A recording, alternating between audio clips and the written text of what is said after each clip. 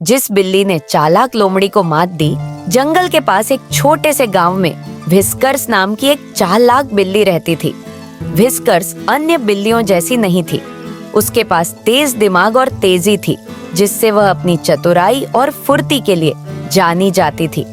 उसे नई जगहों की खोज करना पसंद था और हर बार नई रोमांचक कहानियां लेकर लौटती थी। एक दिन जंगल में घूमते हुए व्हिस्कर्स की मुलाकात ब्रूनो नाम की एक चालाक लोमड़ी से हुई। ब्रूनो अपनी होशियारी के लिए मशहूर था और उसे खेल खेलना बहुत पसंद था, खासकर ऐसे खेल जिनमें उसे जीतने की उम्मीद होती। जब उसने व्हिस्कर्स को देखा तो उसने सोचा कि वह उसके साथ थोड़ा मजा करेगा। हेलो व्हिस्कर्स, ब्रूनो मुस्कुराया। मैंने सुना है कि तुम बहुत चालाक हो। क्यों न हम एक छोटा सा मुकाबला करें और देखें कि कौन ज्यादा होशियार है। व्हिस्कर्स, जो कभी चुनौती से पीछे नहीं हटती, ने सहमति जताई। तुम्हारे दिमाग में क्या है? आओ देखें कि एक ही दिन में कौन ज्यादा खाना इकट्ठा कर सकता है, ब्रूनो ने चालाकी से कहा। उसकी आंखों में शरारत चमक रही थी। जिसके पास सबसे ज्यादा खाना होगा वही जीतेगा। व्हिस्कर्स ने सिर हिलाया।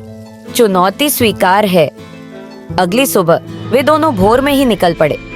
ब्रूनो इधर उधर भागता रहा, पक्षियों के घोंसलों से अंडे चुराता, जमीन में गड़े हुए मेवे खोदता और दूसरे जानवरों से खाना छीनता। उसने अपने सभी चीजों का ढेर उस जगह पर लगाया जहां उन्होंने मिलने का तय किया था। पूरी तरह से यकीन था कि उसने जीतने के लिए पर्याप्त इकट्ठा कर लिया है। वहीं व्हिस्कर्स की एक अलग योजना थी। वह पास के खलिहान में चली गई, जहां उसे पता था कि किसान जो अनाज के बोरे रखता है। उसने सावधानी पूर्वक हर बोरे में एक छोटा सा छेद कर दिया, जिससे अनाज धीरे धीरे छोटे छोटे रास्तों में बहने लगा और उस जगह तक पहुंच गया जहां वे मिलने वाले थे। पूरे दिन जंगल के अलग अलग जानवर उन रास्तों का पीछा करते हुए अनाज के टुकड़े उठाते हुए वहां पहुंचते रहे। शाम को जब वे मिले तो ब्रूनो ने शेखी बघारी।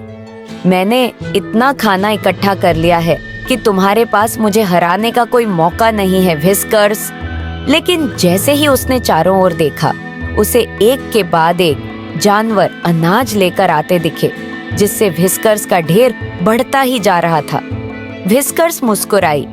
लगता है मेरे दोस्तों ने मुझे जीतने के लिए पर्याप्त अनाज ला दिया है। समझ गया कि उसे मात दे दी गई है। ब्रूनो ने हार मान ली और स्वीकार किया, तुम मुझसे ज्यादा चालाक हो व्हिस्कर्स।